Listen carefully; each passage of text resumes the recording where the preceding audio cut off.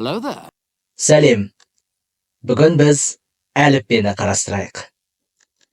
Егер араб әліпбиінің бірінші және екінші әріптеріне қарасақ, олардың атаулары әлиф және бә, демек А және Б әріптері.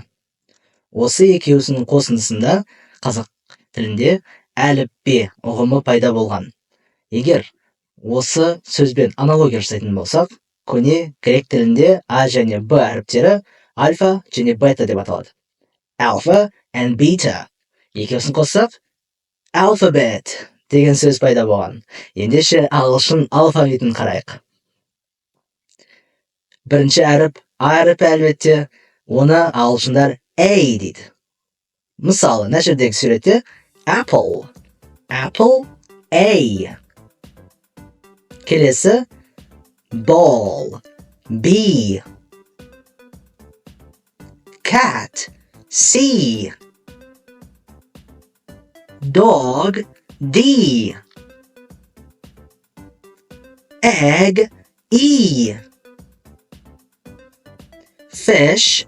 F. Goat. G. Hat. H. Ice. I. Jam. J. Kite. K. Lion. L. Man. M. Night. N. Orange. O.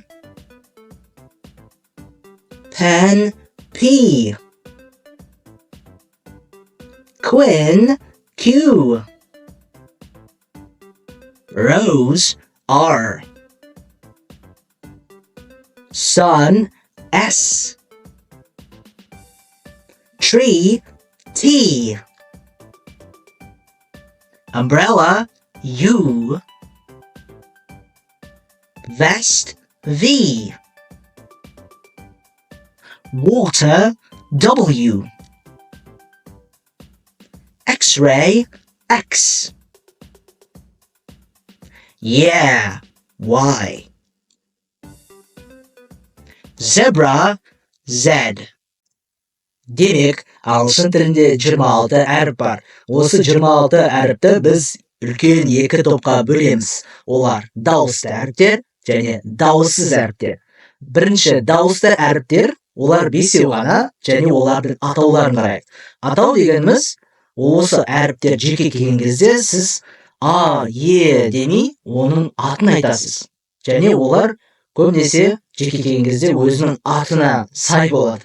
Мысалы, А өзі жеке тұрған кезде оны A деп айтсаңыз болады. Артикль тұрса, А артикль тұрса, A деп айтсаңыз болады. A, E, I, O, U. Я? Осы жерде бір айта кететін нәрсе, А әріпі И әріпіне ұқсамайды. Бірақ адамдар кейбір кезде шатастыруы мүмкін. Әріптер ол A және I әріптері. Аттар ұқсас. A, I және E, I екеуін шатастыруы мүмкін. Өйткені қазақ тіліндегі әріпін латын тілінде оқыған кезде көбінесе И ғып оқығыңыз келеді. Бірақ Е сияқты әріп ол И. Естеріңізде болсын, және ол көбінесе И болып оқылады ағылшын тілінде. Келесі, дауыссыз әріптерді көрейік. Дауыссыз әріптер көбірек, және олардың атаулары келесідей. B, C, D, F, G. Қазақ тіліндегі Ж әріпінен ерекше ленеді. Өйткені бұл Ж, жіңішке Ж, Ж, G. Келесі әріп H. Оның кейбір облыстарда, Американың кейбір облыстарында H деп айтады. Бірақ кең таралған атауы H. Сондықтан біз оны H дейміз. Келесі әріп J, K, L, M, N, P, Q, R, S, T, V, W. Double деген екеселенген деген сөз. Екі U деген сөз сонда. V-ға ұқсағанмен ол екі у. Сондықтан көбінесе оны у қылып оқимыз. W, X, Y, and Z. Z Америкада Z деп аталады. Сондықтан сіздерге Z деп айту ыңғайлы болса, Z. Дегенмен біз бүгін Z атауын көбірек қолданамыз. Алфавитті жаттап алудың ең оңай жолы оны ән қылып айту. Мысалы, мен бүгін Twinkle Twinkle Little Star деген өлеңнің әнін алфавитқа қолданатын боламын. Ол былай. Астындағы жазылған қара сөздер ол өлеңнің сөздері деп қараңыз. Сондықтан A, B, C, D, E, F, G, H, I, J, K, L, M, N, O, P, Q, R, S, T, U, V, W, S, Y, and Z. Осылай, ә? Менде өкінішке орай музыка жоқ, бірақ өздеріңіз менімен бірге осылай акапеллаға айтыңыздар. A, B, C, D, E, F, G, H, I, J, K, L, M, N, O, P, Q, R, S, T, U, V, W, S, Y, and Z. Now I know my ABCs. Next time won't you sing with me? Осындай ән. Екінші беттегі сөздерін айтпай қойсаңыздар болады. Тек қана осы бірінші бетті, бірінші бетті жақсылап жаттап алсаңыздар, өте оңай болады өлеңді жаттап алу. Тағы да бір рет айтайық, дегенмен тез айтайық, Y және Z арасындағы N деген және деген сөз, сондықтан оны N әріпі сияқты айтып кетуге болады. Тез айтып болсаңыздар. A, B, C, D, E, F, G, H, I, J, K, L, M, N, O, P, Q, R, S, T, U, V, W, S, Y, and Z. Now I know my ABCs. Next time won't you sing with me? Осындай ән. Енді не үшін бізге әріптердің атаулары керек? Бір жағынан үлкен көмектесетін нәрсе ол аббревиатуралар, қысқарған сөздерді айтуға. Мысалы, мынау мемлекеттің аты The United Kingdom of Great Britain and Northern Ireland. Өте ұзақ. Оны біз жай ғана UK десек болады. UK. Ол Ұлыбритания. Келесі мемлекет The United States of America. Оны біз қысқартқанда USA дейміз. Немесе US дейді кейбіреулер. ақш құрама штаттары деген сөз, біз оны USA дейміз. Немесе тағы да бір атауы US of A деп айтуға болады. Келесі бір ғана мемлекет емес, толықтай Евроодақ. European Union. Оны біз EU деп қысқартамыз. Осыдан басқа да қысқарған сөздердің барлығын айту жолы осылай әріптердің атауларын айту. Егер сіз келесі жолы бірнеше қысқарған сөздердің әріптері болып тұрған көрсеңіздер, оларды айтып көруге тырысыңыздар. Осымен дәрісіміз аяқталды десек те болады. Дегенмен мен сіздерге пайдалы осы аталған әріптерді оқу әдістерін түсіндірейін. Бірінші A әріпінен бастайық. A әріпі қазақ тіліндегідей А ғана дыбысын бермейді. Ол басқа да дыбыстар болуы мүмкін. Мысалы, бірінші сөз cat, демек ә. Демек ол А болып жазылғанмен ә де болуы мүмкін. Cat. Екінші сөз екі дауысты әріп сияқты. Демек оны дифтонг дейді. Сонда ол cake деп айтылады. Cake. Келесі сөз car. Келесі сөз о. Келесі сөз sofa. Демек қазақ тіліндегі әріпіне ұқсайды. Бұл дыбысты біз екпінсіз дыбыс деп айтамыз. Sofa. Соңғы сөз cabbage. cabbage. Енді айта кететін нәрсе, мен британдық акцентті қолданып жатырмын. Британдық акценттің ішіндегі стандартты заманауи RP деп айталады. Иә? Ал американдық акцент бар ерекшеленетінін білесіздер. Мүмкін білмейсіздер. Айта кетейін. Американдық акценттің стандартты түрін қолдану мен үшін қызық болды. Өйткені сіздерге айырмашылықтарын тыңдау және қолдануға да мүмкіншілік болсын деп мен айтып өтейін. Мысалы, car. Иә?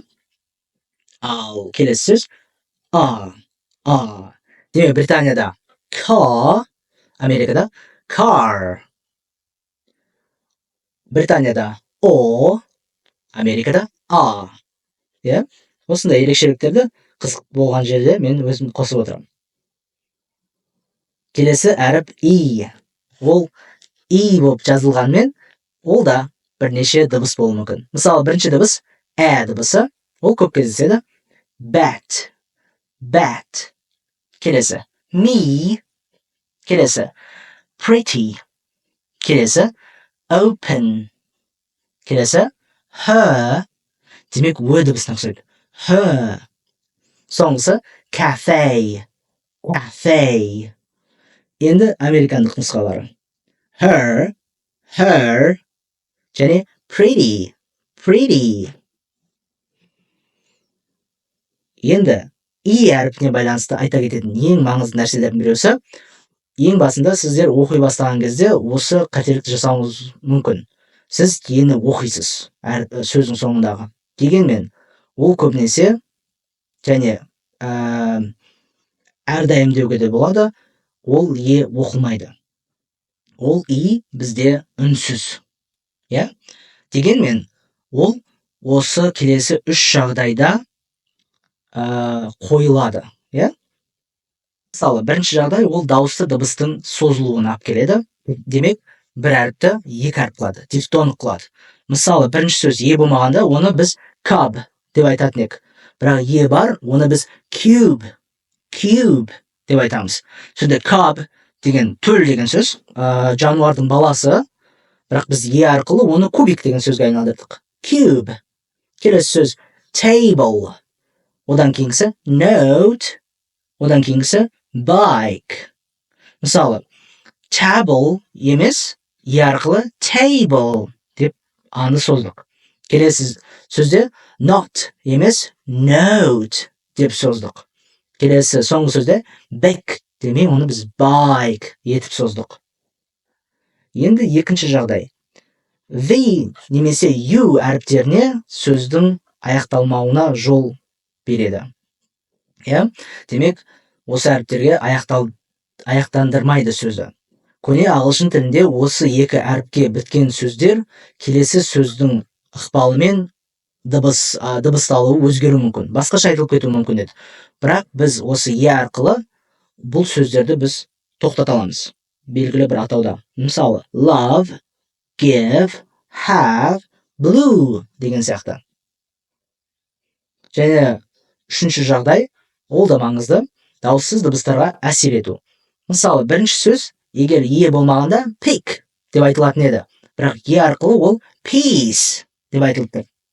Келесі сөз dark болып оқылатын еді, бірақ біз әріпін қосу арқылы dance, билеу, dance деген сөзге айналдырдық. Соңғы сөз chalk или chalk деп айтылатын еді, біз оны арқылы charge деп айттық. Келесі әріп I.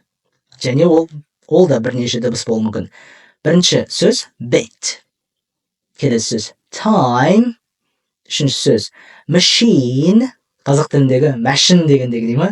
Машина деген сөз, қарапайым. Machine. Келесі сөз girl. Соңғы сөз family.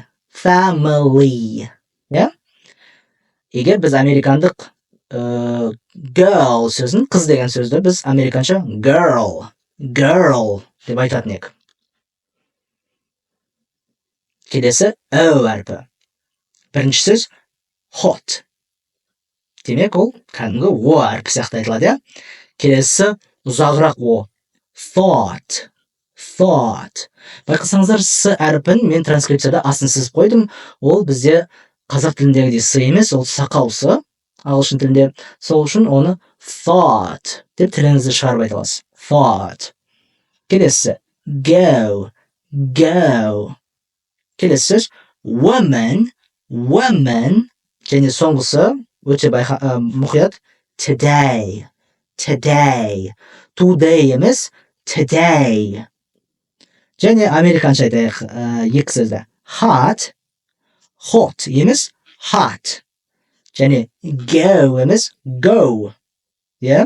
Американша нұсқауы сізге жеңілірек, ыңғайлырақ болуы мүмкін. Go. Келесі әріп you.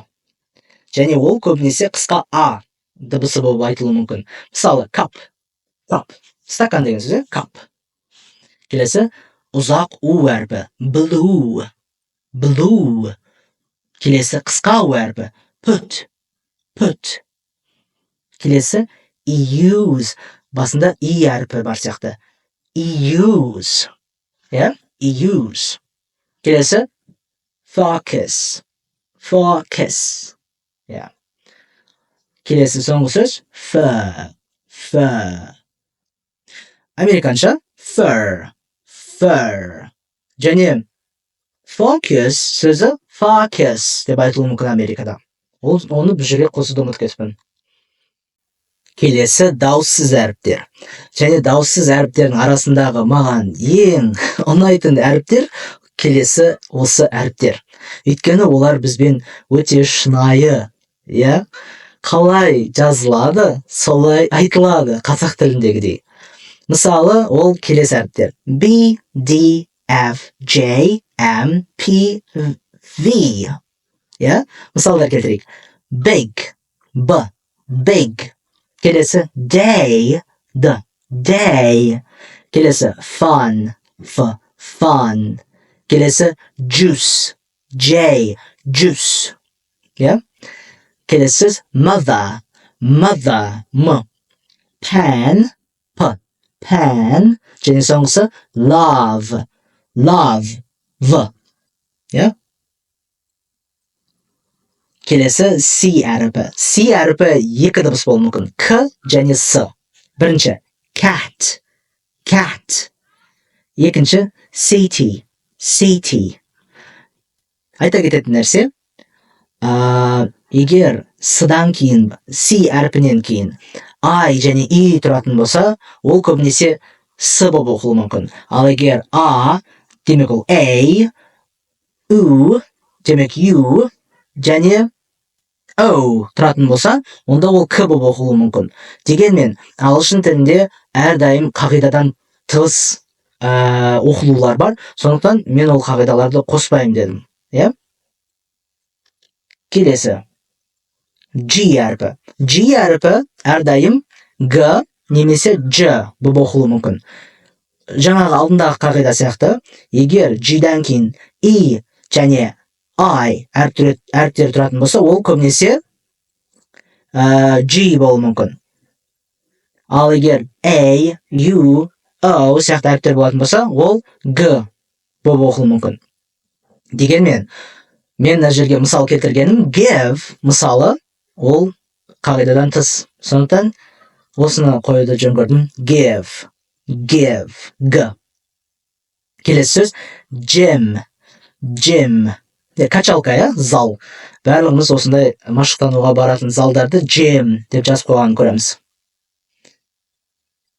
Келесі әріп H. H-қа келген кезде өте мұқият болатын нәрсе. Н сияқты жазылады, бірақ Х сияқты айтылады деп ойлап қалсаңыздар, ол да қате болады. Өйткені бұл H қазақ тіліндегі қаһарман, айдаһар деген сөздердегідей Х әріпіне ұқсайды.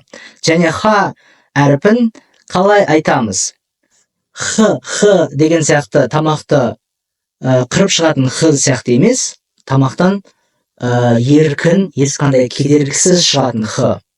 Демек, оны шығару үшін сіз жай ғана сыбдырлауыңыз керексіз. Home, home, home емес, home емес, home. Үй деген сөз, Демек, егер сіз қазақтар немесе орыстар home деп айтып жатқан естісеңіздер, бірден білесіздер, ол акцентпен айтып жатыр. Home. Тіпті бұл H әріпі кей жағдайда оқылмауы да мүмкін, үнсіз болуы мүмкін. Мысалы, мынау сөзде hour, 1 hour, 1 сағат, демек сағат деген сөз. Егер американша айтатын болсақ, hour. Келесі әріп K, және ол көбінесе К болып оқылады. Ең оңай жолы. King. Патша деген сөз, king. Дегенмен, бірнеше жағдайларда К оқылмауы мүмкін. Ол көбінесе Н әрпімен бірге келген кезде. Ол кезде К оқылмайды. No. Білу деген сөз, жоқ деген сөзге ұқсайды. No. Келесі әріп L. Бізде 2 L түрі бар. Ол ашық L біріншісі. Оны жай ғана light сөзінің мысалында келтірдім. Демек, келесі L-дан кейінгі дауысты әріп тұрды, соны айту ыңғайлы болу үшін мен ла деп L-ны жоғарыдан төменге түсіремін. L-ны айтқан кезде тілді жоғарыдан төменге түсіремін. Ла. Ал келесі Л әріпі, Л дыбысы қараңғылығы дейді, оны біз тілді түсірмеу арқылы айтамыз. Ол көбінесе сөздің соңында келеді. Full деп түсірмеймін. Full. Тіл төбеде қалып қалады. Көрдіңіздер, Full. Осындай, full. Екеуісінің айырмашылығы қатты байқалмайды. Бірақ бұл айта кететін мәселе деп ойладым. Енді келесі N әріпі бізде 2 дыбыс білдіруі мүмкін. Қазақ тілінде бұл 2 дыбысты біз 2 әріп қылып бөліп қойғанбыз. Дегенмен, қарасақ, бірінші сөз nine. Бізге түсінікті Н әріпі. Екіншісі бізге ол да түсінікті, ол Н әріпі сияқты. Long. Ол 2 жағдайда болуы мүмкін. Н-дан кейін G әріпі тұратын болса, және K әріпі тұратын болса. Оған біз қайттан оралатын боламыз. Long. Демек, егер сіз Н мен G, N мен G көп кездеседі, екеуі бірге тұрса, ол әрдайым Н деп айтылады. Екеуі бірге Н деп айтылады. Ал орыс тілінде көбінесе екеуін бөліп айтады. Лоник деп айтады. Дегенмен ол қате. Өйткені орыстарда мысалы Н дыбысы жоқ. Сондықтан оларға ол дыбыс өте қиын. Ал қазақтарға ол дыбыс оңай болу керек. Өйткені ол дыбыс бізде бар. Long. Жаңағы king деген сөздерде Н. Келесі әріп Q. Ол көбінесе Q деген дыбысты білдіруі мүмкін. Мысалы, екінші сөзден бастайық бұл жолы. Queen. Патшайым деген сөз. Осы дыбыс болады көбінесе Q. Бірақ кей жағдайда ол жай ғана К дыбысы болып шығуы мүмкін. Unique. Келесі әріп R. R өте үлкен мәселе. Бірінші сөзді қарайық. Red. Енді осы жерде мынандай аналогия жасайық. Қазақ тіліндегі және орыс тіліндегі және басқа да көптеген тілдердегі Р-ны біз thrilled R деп айтамыз. Ол дірілдеген Р. Бізде демек Р 2 Р-ға ұқсайды. Р деп дірілдеп шығады. Ағылшын тілінің Р-сы бұндай емес. Немесе 3 Р сияқты болып шығатын rolled R деген бар. Ол бұралған R. Оны мысалы Скандинавия елдеріндегі тілдер қолданады. Мысалы тор деп айту мүмкін. Мен оны келтіре алмаймын өкінішке орай. Дегенмен бұл Р-да қате. Жай ғана сіздерге ақпарат ретінде айтып жатырмын. Бұл Р-да қате. Қазақ тіліндегі Р-да қате. Өйткені бұл 2 Р-да да діріл бар. Ал ағылшындардың рысы ол тіл ешқандай ауыз қуысына тимеу арқылы жасалынады. Демек, тіліңіз ортада тұр және сіз дейсіз. Осылай шығады. Емес, иә? Өте күлкілі. Дегенмен, бұны қолдануға тырысыңыздар. Енді біз дыбысын американдық және британдық акценттер арасындағы үлкен айырмашылығын қарайық. Егер сөз басында жаңағы red сияқты мысалда red екеуі бірдей болады. Дегенмен, егер р-ның алдында дауысты әріп тұратын болса, британдықтар р-ны айтпайды. Ол үнсіз болады. Демек, мысалдағы екі сөз hard және for деп айтылады. Hard, for.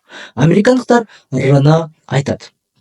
Американдық р-ға мен тоқталмайтын болам. Қатты жай ғана сіздерге қызық болсын деп айтылуларын мысалға келтіретін болам. Hard, for. Yeah? Hard, for. Демек, британдықтар р-ны айтпайды, дауысты әріптен кейін келсе.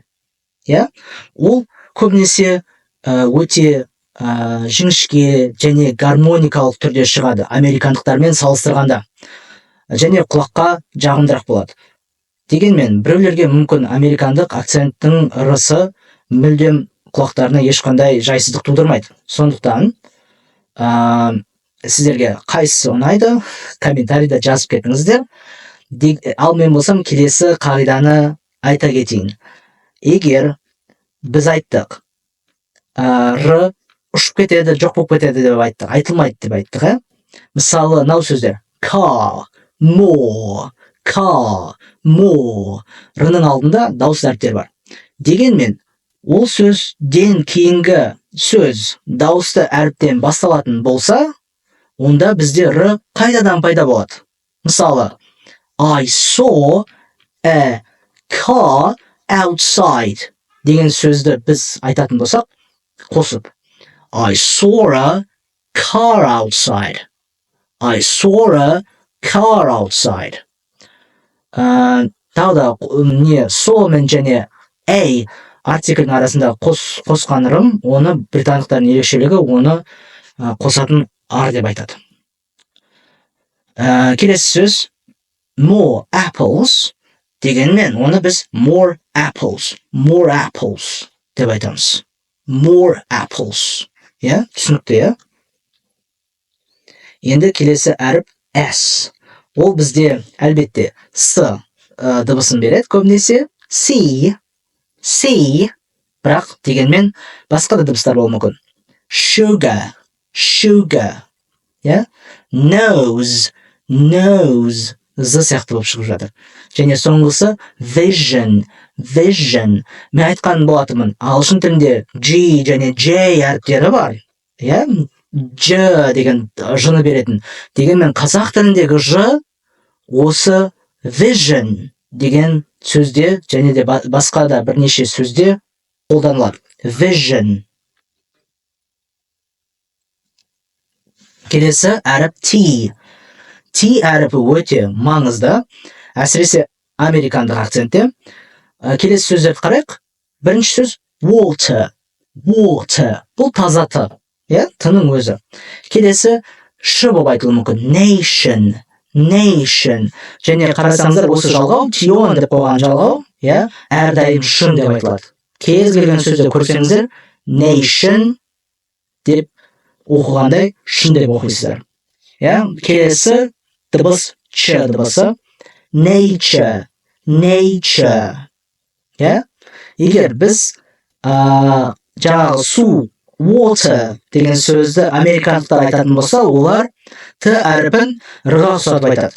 Дегенмен ол р да емес, д да емес, мысалда транскрипцияда келтіргендей, оны біз flap T деген қанат қағыс т. Ол дегеніміз тіліміз қанат қағылғандай water деп айтылады. Water. Тіл бір рет көтеріліп түседі. тының орнына т демейміз. Water. Ол көбінесе екі дауысты әріптің ортасында т қалып қалған кезде болатын жағдай.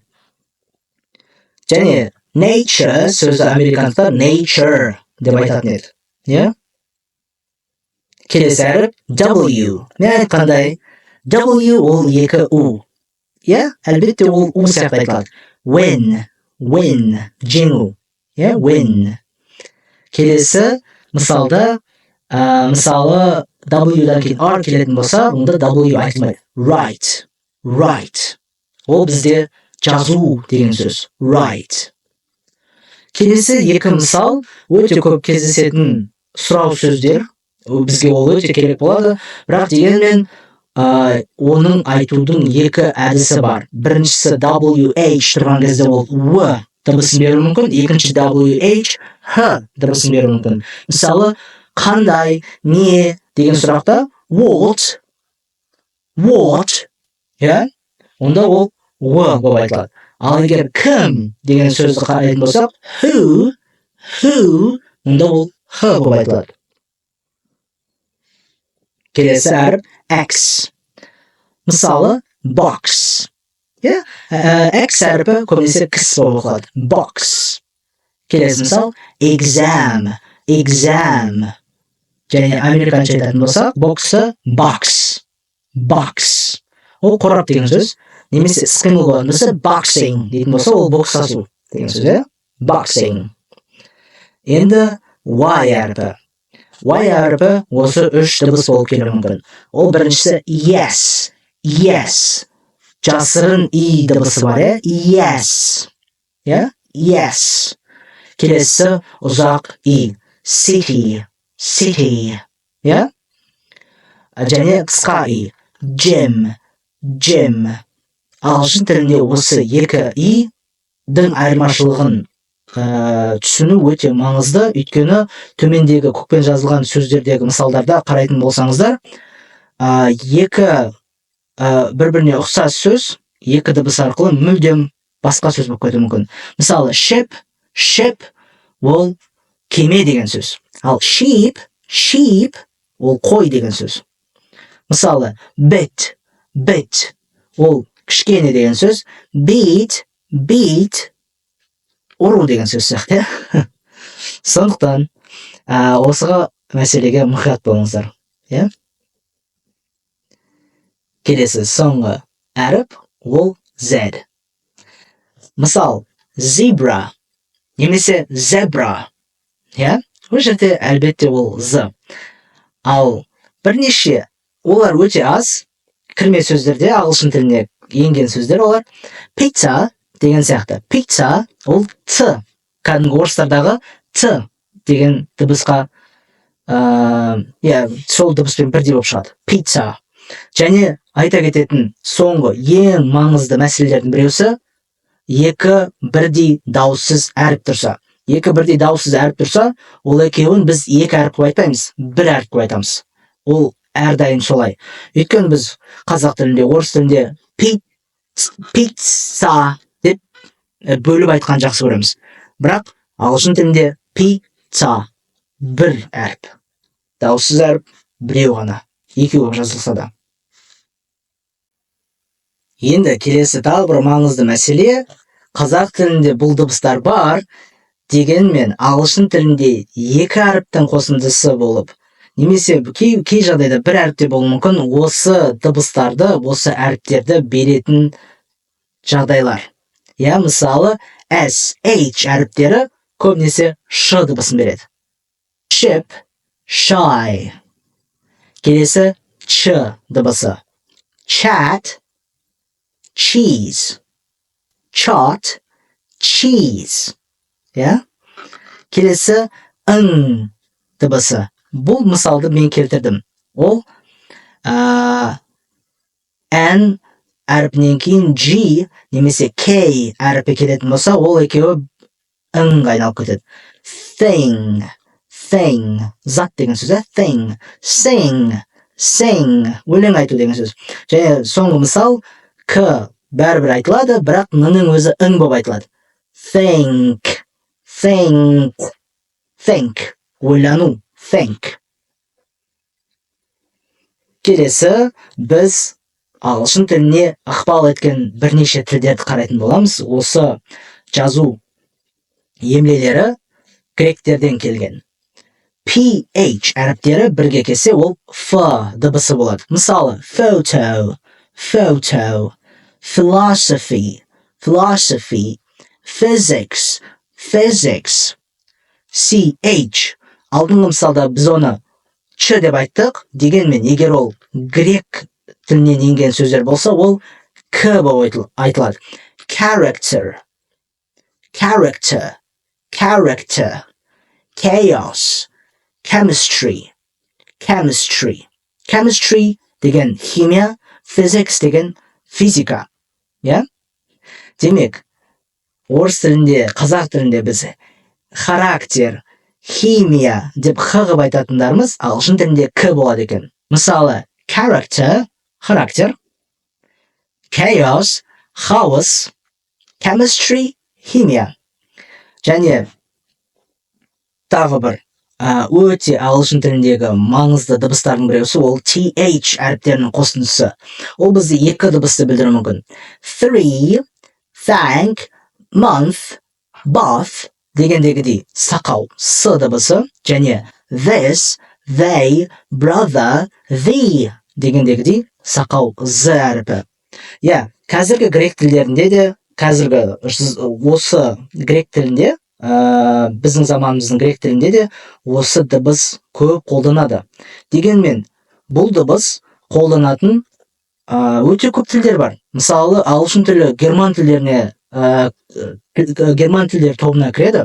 Герман тілдердің барлығында осы дыбыс бар. Мысалы, скандинавиялықтарда, голландецтерде, бәрінде және ағылшын тілінде де ол бар. Дегенмен ол гректің де бір ықпалы болды кейбір сөздердің енуіне. Мысалы, three, thank, month, bath деген айтқан мысалдарымыз ағылшындарда да ол дыбыс болды. Өкінішке орай қазақ тілінде немесе орыс тілінде осы дыбыс жоқ. Сондықтан біздерге ең қиын болып табылатын дыбыстардың біреусі осы дыбыс. Сондықтан бұл дыбысты көп жаттырыңыздар. Ағылшын тілінде ең қарапайым сөздерде көп кездеседі. Келесі латындардың ықпалы ағылшын тіліне. Ол жаңағы айтқан TI әріптерінің қосындысы көбінесе ш болып оқылады. Тион деп айттық қой, ол ш болып айтылды. Caution, nation, бірақ тағы да мысалғы patial. Осы сөздерде ш қылып айтып жатырық. Ал енді SC әріптерінің қосындысы латын тілінде бір с ғана сияқты. Мысалы, science, ғылым деген сөз. Science, келесі сөз scene, сцена. Келесі сөз scent, scent. Демек, егер мысалы орыстарда ол с және ц әріптері болып енген болса, мысалы сцена, сцена. Ағылшын тілінде ц айтылмайды. Scene, scene. Келесі француздардан енген емле. Ағылшындар 100 жыл шамасында француздардың қол астында болды. Сол кезде ағылшын тілі қатты күрделі өзгеріске ұшырады. Сол ықпалдардың біреусі ол келесі мысалдарда guess, guest, guitar сөздерінде г, о болып жазылғанмен, g, u болып жазылғанмен г ғана айтылады, у айтылмайды. Және алдында келтірген мысалдардың біреусі Q әрпіне байланысты. Unique, boutique сөздерінде жай ғана к айтылады. Үш әріп болғанмен бір әріп. Бір дыбыс. Келесі believe, receive деген сияқты сөздерде A, I, E, I және I, E әріптері бір И сияқты. Келесі үнсіз әріптерді қарайық.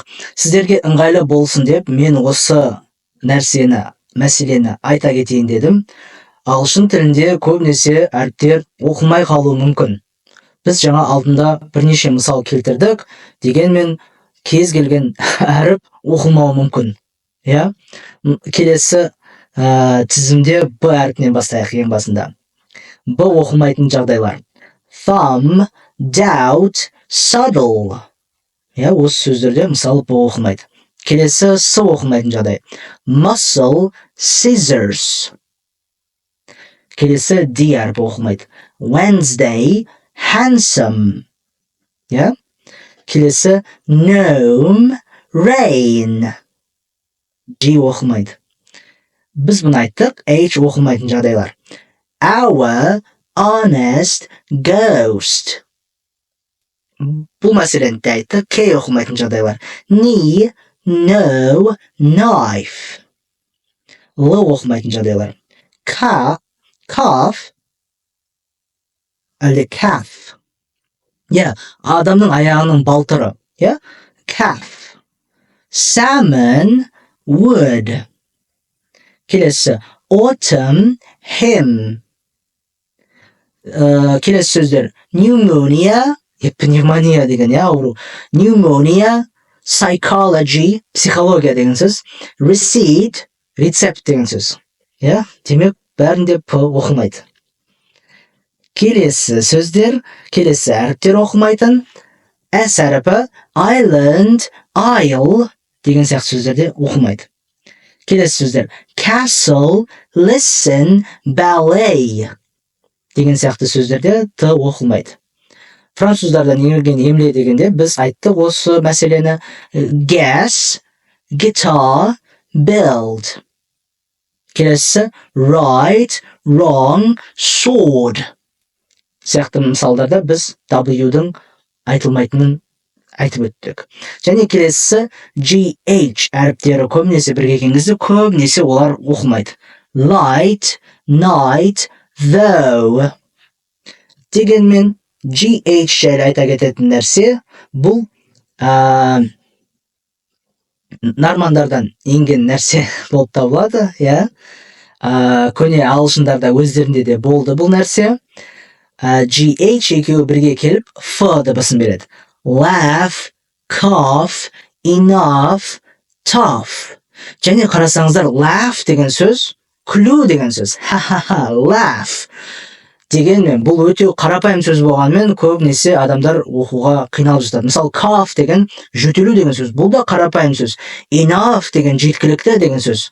Tough деген қатты, күшті деген сөз. Мысалы, крепкий дейді.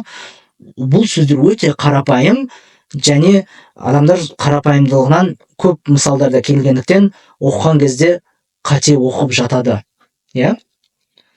Сондықтан біз бүгінгі дәрісімізді қорытындылайтын болсақ, әріптерді оқудың амалдарының кеңесін берейін. Мендегі топ 5 кеңес ағылшын тілінде қалай дұрыс оқуға болады. Бірінші кеңес, сөздерді оқымай, алдымен тыңдап алыңыз. Демек, сіз сөзді өзіңіз оқымай тұрып, оның қалай шынында айтылатынын біліп алыңыз. Ол субтитрі бар бейнелер көрген кезде, аудиоматериал қойған кезде, аудиокітаптар қойған кезде, подкасттарды тыңдаған кезде, сіз бірінші сөзбен танысып алыңыз, сосын барып оқыңыз. Екінші кеңес, сөздерді дауыстап қайталаңыз. Жаңағы аудиоматериалдарды тыңдаған кезде сіз оны ағылшындардың артынан дәлме-дәл ырғағын бәрін көшіріп қайталаңыз. Сонда сіз тотықұс сияқты, попугай сияқты адамның артынан қайталап тұруыңыз керексіз. Қалай айтылды? Дәл солай айтып. Ол деген бізде бұлшық ет жадын дамытады. Мышечная память дейді. Осы нәрсеге ықпал етеді. Демек, британдықтардың, американдықтардың, немесе кез келген басқа да ағылшын тілінде сөйлейтін елдердің адамдарының аттарынан попугай сияқты қайталау. Үшінші кеңес, фонетикалық транскрипцияларды қолдану. Мен бүгін сөздерді мысалдарын бермей тұрған кезде бірінші дыбыс, қандай дыбыс ол? Соның барлығын фонетикалық транскрипциялар ретінде сіздерге көрсетіп бердім. Ондай транскрипциялар, мысалы Cambridge Dictionary сияқты веб-сайттарда, кітаптарда, сөздіктерде көп ақпарат бар ол жайлы. Сондықтан кез келген сөз қалай оқылады, қалай айтылады, соны көрсеңіздер болады. Келесі, сөздерді емлесіне емес, қалай оқылатынына емес, дыбысына қарай топтаңыз. Демек, маған ең ұнамайтын сөздердің біреусі төмендегі busy деген сөз. Business деген сөз бар ғой, содағы ол busy деп жазылады. Бірақ айтылған кезде busy деп айтылады. Сондықтан ол оңай, easy деген сөзге айтылуы ұқсас, жазылуы басқаша. Сондықтан сіздер айтылуына қарай топтаңыздар. Easy, busy. Және соңғы кеңес, ол ағылшын тілінде тұрақсыздықтарды қабылдау. Тұрақсыздықтар әрдайым болады. Қазақ тіліндегідей, орыс тіліндегідей бір қатып қалған қағида жоқ. Өйткені ағылшын тілінің құралу тарихы өте ұзақ болды және көптеген мемлекеттер, империялар әсер етті оның құралуына. Мысалға келтіргендей жаңағы гректер, латындар, Рим империясы, немесе француздар, олар нормандар, ол заманда нормандар болды. Кельттар, Британ аралындағы о баста тұрған адамдар, кельттардың ықпалы және викингтардың ықпалының арқасының бәрінде ағылшын тіліндегі сөздер әртүрлі жазылады, әртүрлі айтылады. Сондықтан сіз оны біліп, алдындағы кеңестерге қарап, сөздерді дұрыс оқыңыздар.